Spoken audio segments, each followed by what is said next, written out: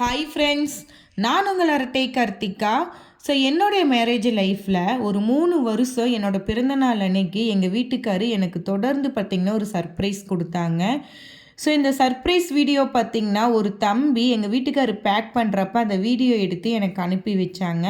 இந்த வீடியோஸை நான் பத்திரப்படுத்தி வச்சுருந்தேன். இன்றைய தினத்தில் நான் ஷேர் பண்ணலான்னு சொல்லிட்டு தாங்க நான் வந்து ஷேர் பண்ணுறேன். ஸோ என்னோடய பிறந்தநாள் அன்னைக்கு சர்ப்ரைஸ் பண்ணுறதை காட்டிலும் ஸோ இந்த கிஃப்ட்டு கொடுத்தா இவ சந்தோஷப்படுவாளா, இவ எப்படி ஏற்றுப்பா, இவளுக்கு பிடிக்குமா அப்படின்னு நினச்சி பார்த்தே அவங்க அந்த கிஃப்ட்டுக்காக அவ்வளோ எஃபெக்ட் கொடுத்து பேக் பண்ணியிருக்காங்க. அப்படி என்னதான் இவங்களுக்கு கிஃப்ட் கொடுத்துருக்காங்க அப்படின்னு தானே நினைக்கிறீங்க? வீடியோவை ஸ்கிப் பண்ணாமல் லாஸ்ட் வரைக்கும் பாருங்கள். அப்போ தான் என்னென்ன கிஃப்ட்டுன்னு உங்களுக்கு தெரியும். எனக்கு சர்ப்ரைஸுங்கிற பேரை கேட்டாவே ரொம்ப பிடிக்குங்க. எனக்கு சர்ப்ரைஸ் பண்ணுறதும் ரொம்ப பிடிக்கும், மற்றவங்களுக்கு சர்ப்ரைஸ் பண்ணுறதுமே ரொம்ப பிடிக்குங்க.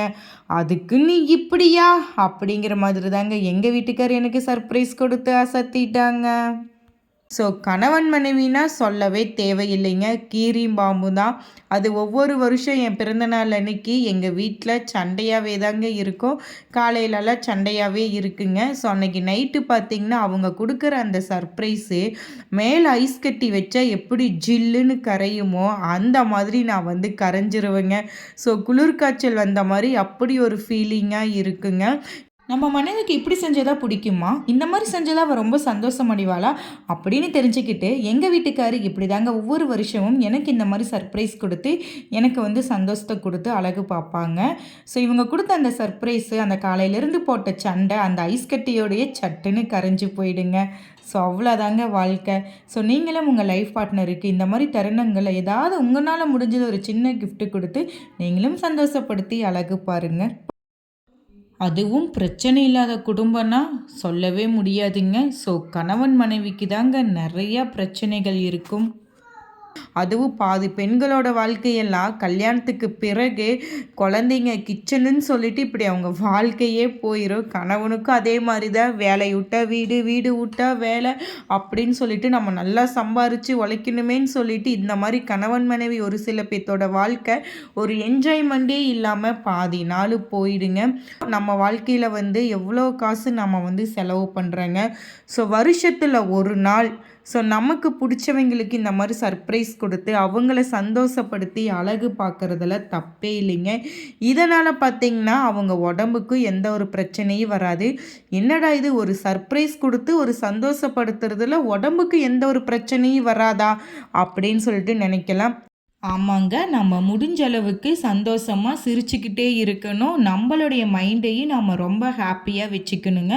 இந்த மாதிரி பண்ணுறதுனால நம்ம உடம்பு ரொம்ப ஆரோக்கியமாகவும் இருக்கும், புத்துணர்ச்சியாகவும் இருக்கும், என்றும் இளமையாகவே நம்ம வந்து இருக்கலாங்க. இந்த மாதிரி விஷயங்கள் நான் நிறையவே வந்து நான் கேள்விப்பட்டிருக்கேங்க. ரொம்ப கோவப்பட்டுக்கிட்டு நிறையா பிரச்சனைகளை மனசுக்குள்ளே வச்சுக்கிட்டு அதை பற்றியே யோசிச்சுக்கிட்டு சோகமாக இருக்கிறதுனால நமக்கு உடம்புல வர்றது ஒன்லி வியாதி மட்டும்தாங்க. ஸோ இருக்கிறது இந்த ஒரு வாழ்க்கை மட்டும்தான். இந்த வாழ்க்கையை நம்ம சந்தோஷமாக வாழணும். அதே மாதிரி நம்மனால ஒருத்தர் சிரிக்கணுமே தவிர அழக்கூடாதுங்க. ஸோ நம்ம முடிஞ்ச அளவுக்கு மற்றவங்களையும் சந்தோஷப்படுத்தி அவங்களையும் சிரிக்க வச்சு அந்த அழகு பார்க்குறதுக்கே உண்மையாக சொல்லப்போனால் கொடுத்து வச்சிருக்கணுங்க. எனக்கு இந்த மாதிரி பண்ணுறதுனாவே ரொம்ப ரொம்ப பிடிக்கும். நான் முடிஞ்ச அளவுக்கு மற்றவங்கள சந்தோஷமாக வச்சுக்கணும், யாரோட மனசும் கஷ்டப்படுத்தக்கூடாதுன்னு தான் நினைப்பேன். ஸோ இதையெல்லாம் புரிஞ்சுக்கிட்டு என்னுடைய கணவர் வந்து எனக்கு ஒவ்வொரு வருஷமும் இந்த மாதிரி வந்து பண்ணுறாங்க. போங்கப்பா, என்ன வாழ்க்கை, என்ன பிறந்த நாள், என்ன திருமண நாள் அப்படின்னு சொல்லிட்டு நீங்கள் நினைக்கலாங்க. நான் தான் சொன்னேன் இல்லையா, எவ்வளோ காசு செலவு பண்ணுறோம், உங்களால் என்ன முடியுதோ அதை உங்களுக்கு பிடிச்ச மனைவிங்களுக்கு, கணவனோ மனைவியோ இல்லை அப்பா அம்மா இல்லை ஃப்ரெண்ட்ஸு இல்லை அண்ணா அக்கா இந்த மாதிரி யாரோ ஒருத்தருக்கு நிறையா டேஸ் வரும். அண்ணாஸ் டேஸ், அக்காஸ் டே, சிஸ்டர்ஸ் டே, ஃப்ரெண்ட்ஷிப் டேஸ், இந்த மாதிரி மதர்ஸ் டே, ஃபாதர்ஸ் டே நிறையா வருது. இந்த மாதிரி தினத்தில் ஏதாவது ஒரு விஷயத்தை நீங்கள் அவங்களுக்கு பண்ணுறப்ப அவங்க அந்த அளவுக்கு வந்து ஹாப்பியாக ஃபீல் பண்ணுவாங்க. ஸோ நான் ஃபீல் பண்ணியிருக்கேங்க. உண்மையாலுமே இந்த வருஷம் பிறந்த நாளைக்கு எனக்கு வந்து உடம்பு சரியில்லை. ஒரு பக்கம் வந்து மைண்டும் கொஞ்சம் அப்செட்டாக இருந்துச்சு. ஏன் வீட்டுக்காரு கொடுத்த இந்த சர்ப்ரைஸ்னால எனக்கு மைண்டு அந்த அளவுக்கு ரிலாக்ஸேஷனாகவும் இருந்துச்சு. நான் ரொம்ப ஹாப்பியாக ஃபீல் பண்ணேன். ஸோ என்னோடய காய்ச்சலுமே வந்து சட்டுன்னு வந்து பறந்து போயிடுச்சுங்க. ஒருத்தர் உடல்நலம் சரியில்லாதப்ப, பாதிக்கப்படுறப்ப, அவங்களுக்கு பிடிச்சமான விஷயத்த பண்ணுறப்ப, அவங்க அந்த சந்தோஷத்தில் பார்த்தீங்கன்னா, பாதி நோயே போயிடுன்னு சொல்லுவாங்க. நான் இந்த மாதிரி விஷயங்களெல்லாம் நான் கேள்விப்பட்டிருக்கேன். ஸோ நீங்களும் கேள்விப்பட்டிருந்தீங்கன்னா, எனக்கு மறக்காமல் கமெண்ட் பண்ணுங்கள். ஸோ ஃப்ரெண்ட்ஸ், நீங்களும் உங்களை சந்தோஷப்படுத்தி உங்கள் மைண்டை ஹாப்பியாக வச்சுக்கோங்க. மற்றவங்களையும் முடிஞ்ச அளவுக்கு நம்ம சந்தோஷப்படுத்தி நம்ம ஹாப்பியாக வச்சுக்கலாங்க.